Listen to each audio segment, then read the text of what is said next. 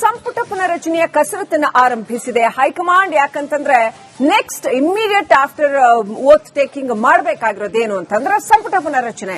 ಈಗಾಗಲೇ ಪಟ್ಟಿಯನ್ನ ಫೈನಲೈಸ್ ಮಾಡ್ತಾ ಇದೆ. ಶಾಸಕಾಂಗ ಪಕ್ಷದ ಸಭೆ ಮುಗಿತಾ ಇದ್ದ ಹಾಗೇನೆ ದೆಹಲಿಗೆ ಡಿಕೆ ಶಿವಕುಮಾರ್ ಹಾರ್ತಾರೆ. ಕೆಸಿ ವೇಣುಗೋಪಾಲ್ ಸುರ್ಜೇವಾಲಾ ಜೊತೆ ದೆಹಲಿಗೆ ಮತ್ತೆ ತೆರಳಲಿದ್ದಾರೆ ಡಿಕೆ ಶಿವಕುಮಾರ್. ಡಿಕೆ ಸಂಪುಟದಲ್ಲಿ ಇರೋರು ಯಾರು ಅನ್ನೋದು ಇನ್ನೂ ಕೂಡ ನಿಗೂಢ. ಅಳೆದು ತೂಗಿ ಹೊಸ ಸಂಪುಟ ರಚಿಸುವುದಕ್ಕೆ ಸರ್ಕಸ್ ಮಾಡಲಾಗ್ತಾ ಇದೆ. ಕೆಲವು ಹಿರಿಯರಿಗೆ ಖೋಪ್ ನೀಡೋ ಸಾಧ್ಯತೆ ಇದೆ ಅಂತ ಹೇಳಲಾಗ್ತಾ ಇದೆ. ಹೈಕಮಾಂಡ್ ಆ ಥರ ಒಂದು ಚಿಂತನೆಯಲ್ಲಿ ಇದೆ ಅಂತ ಹೇಳಲಾಗ್ತಾ ಇದೆ. ಇನ್ನು ಡಿಕೆ ಶಿವಕುಮಾರ್ ಅವರ ಜೊತೆಗೆ ಪ್ರಮಾಣ ವಚನ ಸ್ವೀಕಾರ ಮಾಡೋರು ಯಾರು? 5-6 ಜನ ಪ್ರಮಾಣ ವಚನ ಸ್ವೀಕಾರ ಮಾಡ್ತಾರೆ ಅಂತ ಹೇಳಲಾಗಿದೆ. ಯಾರೆಲ್ಲ ಪ್ರಮಾಣ ವಚನ ಸ್ವೀಕಾರ ಮಾಡ್ತಾರೆ? ಆಮೇಲೆ ಡಿಸಿಎಂ ಪೋಸ್ಟ್ಗಳು ಎಷ್ಟಿರುತ್ತೆ?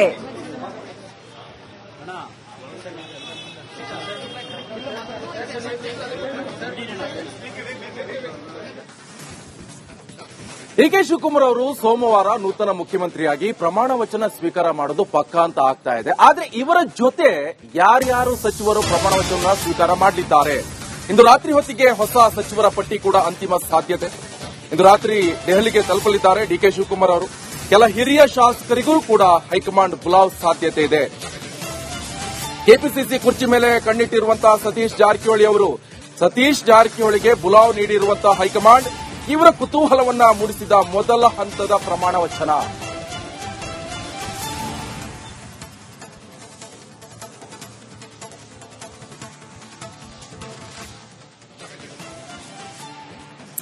ಈ ಕುರಿತಾಗಿ ಇನ್ನಷ್ಟು ಅಪ್ಡೇಟ್ ಪಡ್ಕೊಳ್ಳೋಣ. ನಮ್ಮ ಪ್ರತಿನಿಧಿ ಬಸವರಾಜ್ ಲೈವ್ ಕನೆಕ್ಟ್ ಆಗಿದ್ದಾರೆ. ಬಸವರಾಜ್, ಈಗ ಅತ್ಯಂತ ಹೆಚ್ಚು ಕುತೂಹಲ ಇರೋದು ಡಿಕೆ ಶಿವಕುಮಾರ್ ಏನೋ ಪ್ರಮಾಣ ವಚನ ಸ್ವೀಕಾರ ಮಾಡ್ಬಿಡ್ತಾರೆ, ಅವ್ರ ಜೊತೆಗೆ ಯಾರೆಲ್ಲ ಪ್ರಮಾಣ ವಚನ ಸ್ವೀಕಾರ ಮಾಡ್ತಾರೆ, ಆಮೇಲೆ ಕೆಲವು ಹಿರಿಯ ಸಚಿವರಿಗೆ ಕೊಡೋದಾದ್ರೆ ಯಾರಿಗೆ ಕೊಡಬಹುದು, ಹೊಸ ಸಚಿವ ಸಂಪುಟ ಯಾವ ತರ ಇರತ್ತೆ ಅಂತ ಏನೆಲ್ಲ ಅಪ್ಡೇಟ್ ಈ ಕುರಿತಾಗಿ ಸಿಗ್ತಾ ಇದೆ ಬಸವರಾಜ್? ಶ್ರೀಲಕ್ಷ್ಮಿ, ಬಹಳ ಪ್ರಮುಖವಾಗಿ ಹೊಸ ಸಿಎಂ ಜೊತೆಗೆ ಕ್ಯಾಬಿನೆಟ್ ರಚನೆ ಕೂಡ ಆಗಬೇಕಾಗಿರ್ತಕ್ಕಂಥ ಅನಿವಾರ್ಯತೆ ಇದೆ. ಈಗಾಗಲೇ 29 ಜನ ಸಚಿವರಿದ್ರು. ಈಗ ಸಿದ್ದರಾಮಯ್ಯ ಸರ್ಕಾರ ರಾಜೀನಾಮೆ ಕೊಟ್ಟಿರೋ ಕಾರಣಕ್ಕಾಗಿ ಆ ಸರ್ಕಾರ ಬಿದ್ದಿರ್ತಕ್ಕಂಥದ್ದು. ಈಗ ಹೊಸ ಕ್ಯಾಬಿನೆಟ್ ರಚನೆ ಆಗಬೇಕಾಗಿರ್ತಕ್ಕಂಥದ್ದು. ಬಹುತೇಕವಾಗಿ 20ರಿಂದ 25 ಹಳೆಯ ಹಿರಿಯ ಸಚಿವರನ್ನ ಕೈ ಬಿಡುವಂತ ಸಾಧ್ಯತೆಗಳು ಗೋಚರಿಸಿದ್ದಾವೆ. ಆ ನಿಟ್ಟಿನಲ್ಲಿ ಹಳಬರ ಪೈಕಿ 6ರಿಂದ 8 ಜನರಿಗೆ ಮಾತ್ರ ಮೊದಲ ಹಂತದಲ್ಲಿ ಡಿಕೆ ಶಿವಕುಮಾರ್ ಅವರ ಕ್ಯಾಬಿನೆಟ್ಗೆ ತೆಗೆದುಕೊಳ್ಳುವಂತ ಚರ್ಚೆಗಳು ಆರಂಭವಾಗಿದ್ದಾವೆ. ನಿನ್ನೆ ಕೂಡ ಡಿಕೆ ಶಿವಕುಮಾರ್ ಅವರು ಇದೇ ವಿಚಾರವಾಗಿ ಹೈಕಮಾಂಡ್ ನಾಯಕರ ಜೊತೆ ಚರ್ಚೆ ಮಾಡಿರ್ತಕ್ಕಂಥದ್ದು ಮತ್ತು ಸಿದ್ದರಾಮಯ್ಯ ಅವರು ಕೂಡ ತಮ್ಮದೇ ಪಟ್ಟಿಯಲ್ಲಿ ಇರತಕ್ಕಂಥ ಒಂದಷ್ಟು ಹಿರಿಯ ನಾಯಕರ ಲಿಸ್ಟ್ ಅನ್ನು ಕೂಡ ಕೊಟ್ಟು ಬಂದಿರತಕ್ಕಂಥದ್ದು. ಹೀಗಾಗಿ ಹೈಕಮಾಂಡ್ ನಿನ್ನೆ ಚರ್ಚೆ ಮಾಡಿದ ಹೊರತು ಯಾವುದು ಕೂಡ ಅಂತಿಮ ಮಾಡಿಲ್ಲ. ಆದ್ರೆ ಅಂತಿಮ ಮಾಡಬೇಕಾದಂತ ಅನಿವಾರ್ಯತೆ ಕೂಡ ಕಾಂಗ್ರೆಸ್ ಹೈಕಮಾಂಡ್ಗಿದೆ. ಆ ನಿಟ್ಟಿನಲ್ಲಿ ಪ್ರಯತ್ನಗಳು ಆರಂಭವಾಗಿದ್ದಾವೆ. ಇವತ್ತು ಸಿಎಲ್ಪಿ ಸಭೆ ಸಂಜೆ 4:15 ನಡೀತಿದೆ. ಆ ನಂತರ ಒನ್ಲೈನ್ ಅಜೆಂಡಾ ಇರೋ ಕಾರಣಕ್ಕಾಗಿ ಬಹಳ ಬೇಗ ಮುಗಿದೋಗುತ್ತೆ. ಒಂದಷ್ಟು ಸಲಹೆ ಸೂಚನೆಯನ್ನ ಕೊಡುವಂತ ಕೆಲಸವನ್ನು ಹೈಕಮಾಂಡ್ ನಾಯಕರು ಶಾಸಕರಿಗೆ ಮಾಡ್ತಾರೆ. ಆ ನಂತರ ಇವತ್ತು ರಾತ್ರಿಯೇ ಹೈಕಮಾಂಡ್ ನಾಯಕರು ದೆಹಲಿಗೆ ತೆರಳುತ್ತಾ ಇದ್ದಾರೆ. ಅವ್ರ ಜೊತೆಗೆ ಡಿಕೆ ಶಿವಕುಮಾರ್ ಅವರು ಕೂಡ ದೆಹಲಿಗೆ ತೆರಳುವಂತಹ ಸಾಧ್ಯತೆಗಳಿದ್ದಾವೆ. ಅದರ ಜೊತೆಗೆ ನಾಳೆ ಸಂಪುಟ ರಚನೆ ವಿಚಾರವಾಗಿ ಕಸರತ್ತು ಆರಂಭ ಆಗುತ್ತೆ. ಈ ವೇಳೆ ಒಂದಷ್ಟು ಹಿರಿಯ ಶಾಸಕರಿಗೂ ಕೂಡ ಬುಲಾವ್ ಕೊಡುವಂತ ಸಾಧ್ಯತೆಗಳಿದ್ದಾವೆ. ಅದರಲ್ಲೂ ಕೆಪಿಸಿಸಿ ಅಧ್ಯಕ್ಷ ಸ್ಥಾನದ ವಿಚಾರವನ್ನು ಇಟ್ಕೊಂಡು ಕೂಡ ಚರ್ಚೆ ಆಗುವಂತ ಸಾಧ್ಯತೆಗಳಿರೋದ್ರಿಂದ ಸಹಜವಾಗಿ ಸತೀಶ್ ಜಾರಕಿಹೊಳಿ ಅವರಿಗೆ ಬುಲಾವ್ ಕೊಡುವಂತ ಸಾಧ್ಯತೆ ಇದೆ. ಅವರು ಕೂಡ ದೆಹಲಿಗೆ ನಾಳೆ ತೆರಳಕ್ಕೆ ಒಂದಷ್ಟು ತಯಾರಿಯನ್ನು ಆರಂಭಿಸಿದ್ದಾರೆ. ಇನ್ನು ಉಳಿದಂತೆ ಬಿಕೆ ಹರಿಪ್ರಸಾದ್ ಅವರು ದೆಹಲಿಯಲ್ಲೇ ಇದ್ರು. ಈಶ್ವರ ಖಂಡ್ರೆ ಅವರು ಕೂಡ ಮೊದಲ ಹಂತದಲ್ಲಿ ಕ್ಯಾಬಿನೆಟ್ಗಾದ್ರೂ ಸರಿ ಅಥವಾ ಕೆಪಿಸಿಸಿ ಪರಿಗಣಿಸಿದ್ರು ಆದ್ರೂ ಸರಿ, ನಾನು ಎಲ್ಲಕ್ಕೂ ಸಿದ್ಧನಿದ್ದೇನೆ, ಹೈಕಮಾಂಡ್ ಕೊಟ್ಟ ಜವಾಬ್ದಾರಿ ತೆಗೆದುಕೊಳ್ತೇನೆ ಅನ್ನುವಂತ ಮಾತನ್ನು ಹೇಳ್ತಾ ಇದ್ದಾರೆ. ಹೀಗಾಗಿ ಯಾರೆಲ್ಲ ಹಿರಿಯ ಶಾಸಕರು ಕ್ಯಾಬಿನೆಟ್ ನಲ್ಲಿ ಇರಬೇಕು ಅನ್ನುವಂಥದ್ದು ಮತ್ತು ಒಂದಷ್ಟು ಲಾಬಿಯನ್ನು ಕೂಡ ಮಾಡ್ತಾ ಇದ್ದಾರೆ. ಒಂದು ಸ್ಪಷ್ಟ, ಇಲ್ಲಿ ಪರ್ಫಾರ್ಮೆನ್ಸ್ ಆಧಾರದ ಮೇಲೆ ಹಿರಿಯ ಶಾಸಕರನ್ನ ಮತ್ತೆ ವಾಪಸ್ ಕ್ಯಾಬಿನೆಟ್ಗೆ ತೆಗೆದುಕೊಳ್ಳುವುದು ಅನ್ನುವಂಥದ್ದು ಸ್ಪಷ್ಟ ಆಗಿದೆ. ಈಗಾಗಲೇ ಹೈಕಮಾಂಡ್ ನಾಯಕರು ತೀರ್ಮಾನ ಮಾಡಿದರೆ ಆ ಆಧಾರದ ಮೇಲೆ 6ರಿಂದ 8 ಜನ ಡಿಕೆ ಶಿವಕುಮಾರ್ ಅವರ ಜೊತೆ ಪ್ರಮಾಣ ವಚನವನ್ನು ಸ್ವೀಕಾರ ಮಾಡ್ತಾರೆ. ಶ್ರೀಲಕ್ಷ್ಮಿ, ಸುರಾಜು ಹಾಗೆ ಸಂಪರ್ಕದಲ್ಲಿರಿ. ಬಸವರಾಜ್, ಮತ್ತೆ ನಿಮ್ಮನ್ನ ಸಂಪರ್ಕ ಮಾಡ್ತೀವಿ, ಮಾತಾಡ್ತೀವಿ. ಇನ್ನು ಸಂಪುಟ ಪುನರಚನೆಯ ಕಸರತ್ತನ್ನು ಆರಂಭಿಸಿದೆ ಹೈಕಮಾಂಡ್. ಯಾಕಂತಂದ್ರೆ ನೆಕ್ಸ್ಟ್ ಇಮ್ಮಿಡಿಯೇಟ್ ಆಫ್ಟರ್ ಓತ್ ಟೇಕಿಂಗ್ ಮಾಡಬೇಕಾಗಿರೋದೇನು ಅಂತಂದ್ರೆ ಸಂಪುಟ ಪುನರಚನೆ. ಈಗಾಗಲೇ ಪಟ್ಟಿಯನ್ನ ಫೈನಲೈಸ್ ಮಾಡ್ತಾ ಇದೆ. ಶಾಸಕಾಂಗ ಪಕ್ಷದ ಸಭೆ ಮುಗಿತಾ ಇದ್ದ ಹಾಗೇನೆ ದೆಹಲಿಗೆ ಡಿಕೆ ಶಿವಕುಮಾರ್ ಹಾರ್ತಾರೆ. ಕೆಸಿ ವೇಣುಗೋಪಾಲ್ ಸುರ್ಜೇವಾಲಾ ಜೊತೆ ದೆಹಲಿಗೆ ಮತ್ತೆ ತೆರಳಲಿದ್ದಾರೆ ಡಿಕೆ ಶಿವಕುಮಾರ್. ಡಿಕೆ ಸಂಪುಟದಲ್ಲಿ ಇರೋರು ಯಾರು ಅನ್ನೋದು ಇನ್ನೂ ಕೂಡ ನಿಗೂಢ. ಅಳೆದು ತೂಗಿ ಹೊಸ ಸಂಪುಟ ರಚಿಸುವುದಕ್ಕೆ ಸರ್ಕಸ್ ಮಾಡಲಾಗ್ತಾ ಇದೆ. ಕೆಲವು ಹಿರಿಯರಿಗೆ ಖೋಪ್ ನೀಡೋ ಸಾಧ್ಯತೆ ಇದೆ ಅಂತ ಹೇಳಲಾಗ್ತಾ ಇದೆ. ಹೈಕಮಾಂಡ್ ಆ ತರ ಒಂದು ಚಿಂತನೆಯಲ್ಲಿ ಇದೆ ಅಂತ ಹೇಳಲಾಗ್ತಾ ಇದೆ. ಇನ್ನು ಡಿಕೆ ಶಿವಕುಮಾರ್ ಅವರ ಜೊತೆಗೆ ಪ್ರಮಾಣ ವಚನ ಸ್ವೀಕಾರ ಮಾಡೋರು ಯಾರು? 5-6 ಜನ ಪ್ರಮಾಣ ವಚನ ಸ್ವೀಕಾರ ಮಾಡ್ತಾರೆ ಅಂತ ಹೇಳಲಾಗಿದೆ. ಯಾರೆಲ್ಲ ಪ್ರಮಾಣ ವಚನ ಸ್ವೀಕಾರ ಮಾಡ್ತಾರೆ? ಆಮೇಲೆ ಡಿಸಿಎಂ ಪೋಸ್ಟ್ಗಳು ಎಷ್ಟಿರುತ್ತೆ?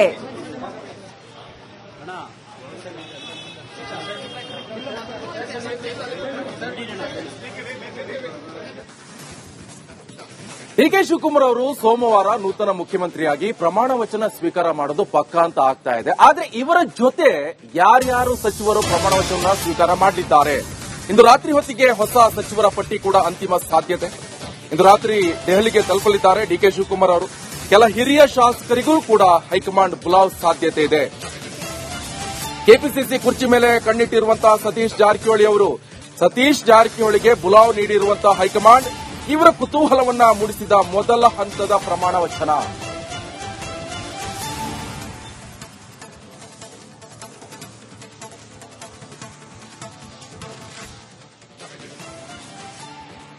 ಈ ಕುರಿತಾಗಿ ಇನ್ನಷ್ಟು ಅಪ್ಡೇಟ್ ಪಡ್ಕೊಳ್ಳೋಣ. ನಮ್ಮ ಪ್ರತಿನಿಧಿ ಬಸವರಾಜ್ ಲೈವ್ ಕನೆಕ್ಟ್ ಆಗಿದ್ದಾರೆ. ಬಸವರಾಜ್, ಈಗ ಅತ್ಯಂತ ಹೆಚ್ಚು ಕುತೂಹಲ ಇರೋದು ಡಿಕೆ ಶಿವಕುಮಾರ್ ಏನೋ ಪ್ರಮಾಣ ವಚನ ಸ್ವೀಕಾರ ಮಾಡ್ಬಿಡ್ತಾರೆ, ಅವ್ರ ಜೊತೆಗೆ ಯಾರೆಲ್ಲ ಪ್ರಮಾಣ ವಚನ ಸ್ವೀಕಾರ ಮಾಡ್ತಾರೆ, ಆಮೇಲೆ ಕೆಲವು ಹಿರಿಯ ಸಚಿವರಿಗೆ ಕೊಕ್ಕೊಡೋದಾದ್ರೆ ಯಾರಿಗೆ ಕೊಕ್ಕೊಡಬಹುದು, ಹೊಸ ಸಚಿವ ಸಂಪುಟ ಯಾವ ತರ ಇರುತ್ತೆ ಅಂತ ಏನೆಲ್ಲ ಅಪ್ಡೇಟ್ ಈ ಕುರಿತಾಗಿ ಸಿಗ್ತಾ ಇದೆ ಬಸವರಾಜ್?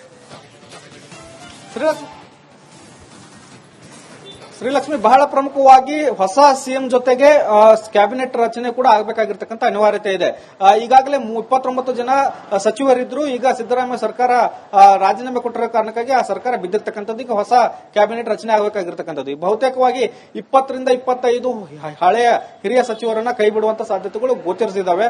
ಆ ನಿಟ್ಟಿನಲ್ಲಿ ಹಳಬರ ಪೈಕಿ 6 ರಿಂದ 8 ಜನರಿಗೆ ಮಾತ್ರ ಮೊದಲ ಹಂತದಲ್ಲಿ ಡಿಕೆ ಶಿವಕುಮಾರ್ ಅವರ ಕ್ಯಾಬಿನೆಟ್ಗೆ ತೆಗೆದುಕೊಳ್ಳುವಂತ ಚರ್ಚೆಗಳು ಆರಂಭವಾಗಿದ್ದಾವೆ. ನಿನ್ನೆ ಕೂಡ ಡಿಕೆ ಶಿವಕುಮಾರ್ ಅವರು ಇದೇ ವಿಚಾರವಾಗಿ ಹೈಕಮಾಂಡ್ ನಾಯಕರ ಜೊತೆ ಚರ್ಚೆ ಮಾಡಿರ್ತಕ್ಕಂಥದ್ದು ಮತ್ತು ಸಿದ್ದರಾಮಯ್ಯ ಅವರು ಕೂಡ ತಮ್ಮದೇ ಪಟ್ಟಿಯಲ್ಲಿ ಇರತಕ್ಕಂಥ ಒಂದಷ್ಟು ಹಿರಿಯ ನಾಯಕರ ಲಿಸ್ಟ್ ಅನ್ನು ಕೂಡ ಕೊಟ್ಟು ಬಂದಿರತಕ್ಕಂಥದ್ದು. ಹೀಗಾಗಿ ಹೈಕಮಾಂಡ್ ನಿನ್ನೆ ಚರ್ಚೆ ಮಾಡಿದ ಹೊರತು ಯಾವುದು ಕೂಡ ಅಂತಿಮ ಮಾಡಿಲ್ಲ. ಆದರೆ ಅಂತಿಮ ಮಾಡಬೇಕಾದಂತ ಅನಿವಾರ್ಯತೆ ಕೂಡ ಕಾಂಗ್ರೆಸ್ ಹೈಕಮಾಂಡ್ಗಿದೆ.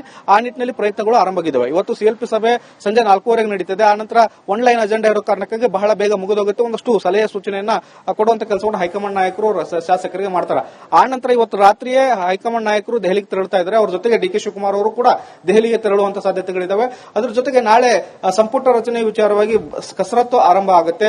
ಈ ವೇಳೆ ಒಂದಷ್ಟು ಹಿರಿಯ ಶಾಸಕರಿಗೂ ಕೂಡ ಬುಲಾವ್ ಕೊಡುವಂತ ಸಾಧ್ಯತೆಗಳಿದ್ದಾವೆ. ಅದರಲ್ಲೂ ಕೆಪಿಸಿಸಿ ಅಧ್ಯಕ್ಷ ಸ್ಥಾನದ ವಿಚಾರವನ್ನು ಇಟ್ಕೊಂಡು ಕೂಡ ಚರ್ಚೆ ಆಗುವಂತ ಸಾಧ್ಯತೆಗಳಿರೋದ್ರಿಂದ ಸಹಜವಾಗಿ ಸತೀಶ್ ಜಾರಕಿಹೊಳಿ ಅವರಿಗೆ ಬುಲಾವ್ ಕೊಡುವಂತ ಸಾಧ್ಯತೆ ಇದೆ. ಅವರು ಕೂಡ ದೆಹಲಿಗೆ ನಾಳೆ ತೆರಳಕ್ಕೆ ಒಂದಷ್ಟು ತಯಾರಿಯನ್ನು ಆರಂಭಿಸಿದ್ದಾರೆ. ಇನ್ನುಳಿದಂತೆ ಬಿಕೆ ಹರಿಪ್ರಸಾದ್ ಅವರು ದೆಹಲಿಯಲ್ಲೇ ಇದ್ರು. ಈಶ್ವರ ಖಂಡ್ರೆ ಅವರು ಕೂಡ ಮೊದಲ ಹಂತದಲ್ಲಿ ಕ್ಯಾಬಿನೆಟ್ಗಾದ್ರೂ ಸರಿ ಅಥವಾ ಕೆಪಿಸಿಸಿ ಪರಿಗಣಿಸಿದ್ರಾದ್ರೂ ಸರಿ, ನಾನು ಎಲ್ಲಕ್ಕೂ ಸಿದ್ದನಾಗಿದ್ದೇನೆ, ಹೈಕಮಾಂಡ್ ಕೊಟ್ಟ ಜವಾಬ್ದಾರಿ ತೆಗೆದುಕೊಳ್ತೇನೆ ಅನ್ನುವಂತ ಮಾತನ್ನು ಹೇಳ್ತಾ ಇದ್ದಾರೆ. ಹೀಗಾಗಿ ಯಾರೆಲ್ಲ ಹಿರಿಯ ಶಾಸಕರು ಕ್ಯಾಬಿನೆಟ್ ನಲ್ಲಿ ಇರಬೇಕು ಅನ್ನುವಂಥದ್ದು ಮತ್ತು ಒಂದಷ್ಟು ಲಾಬಿಯನ್ನು ಕೂಡ ಮಾಡ್ತಾ ಇದ್ದಾರೆ. ಒಂದು ಸ್ಪಷ್ಟ, ಇಲ್ಲಿ ಪರ್ಫಾರ್ಮೆನ್ಸ್ ಆಧಾರದ ಮೇಲೆ